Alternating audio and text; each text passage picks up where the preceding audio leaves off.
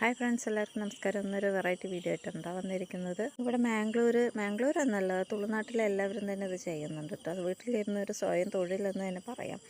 ആദ്യം തന്നെ ഇങ്ങനത്തെ ഒരു ഇലയാണ് വേണ്ടത്. അത് നമ്മൾ വീട് കൊടുക്കില്ലേ, അവിടെ നിന്ന് തന്നെ അവർ തരുന്നതാണ് കേട്ടോ. അതുപോലത്തെ ഇല അതുപോലെ തന്നെ ഇതുപോലെ ഒരു അച്ചം അവർ തരുന്നതാണ്. നമുക്ക് തരുന്ന ഇലയില്ലേ, അത് നമ്മൾ വെള്ളത്തിൽ മുക്കിയിട്ട് ഒരു 10 മിനിറ്റ് മാറ്റി വെക്കണം, കുറച്ചതൊരു സോഫ്റ്റ് ആവാൻ. എന്നിട്ട് ഈ അച്ച് വെച്ചിട്ട് നല്ല വശം വെച്ചിട്ട് ആ അച്ചിൻ്റെ അളവിൽ നമ്മൾ മുറിച്ചെടുക്കണം. അങ്ങനെ നമ്മുടെ ഇലകളൊക്കെ ഇതുപോലെ ഇങ്ങനെ മുറിച്ചെടുക്കാം. ഒരു ഇലയിൽ തന്നെ നമുക്ക് അഡ്ജസ്റ്റ് ചെയ്ത് നല്ല എക്സ്പീരിയൻസ് ഉള്ളവരൊക്കെ ആണെങ്കിൽ ഒരു 2-3 ഒക്കെ കിട്ടുന്നുണ്ട്. അതിപ്പോൾ ഈ ഇലയിൽ തന്നെ 3 കിട്ടി. അവരെനിക്ക് തന്ന കാരണമാണ് കേട്ടോ ഞാൻ 3 ഇങ്ങനെ അഡ്ജസ്റ്റ് ചെയ്ത് മുറിച്ചത്. ഇതുപോലെ എല്ലാം ഇങ്ങനെ മുറിച്ചെടുത്തിട്ട് മാറ്റി, നമുക്ക് ഉണങ്ങി പോകാൻ പാടില്ല. നമ്മൾ ബീഡി കെട്ടുമ്പോഴല്ലേ ഇല ഉണങ്ങരുത്. അപ്പോൾ അതുകൊണ്ട് നമ്മൾ മാറ്റി വെക്കണം. അപ്പോൾ നാളെ നമുക്ക് ബീഡി കെട്ടുന്ന വീഡിയോ ആയിട്ട് വരാം കേട്ടോ. അപ്പോൾ എല്ലാവരും ലൈക്ക് ചെയ്യണേ.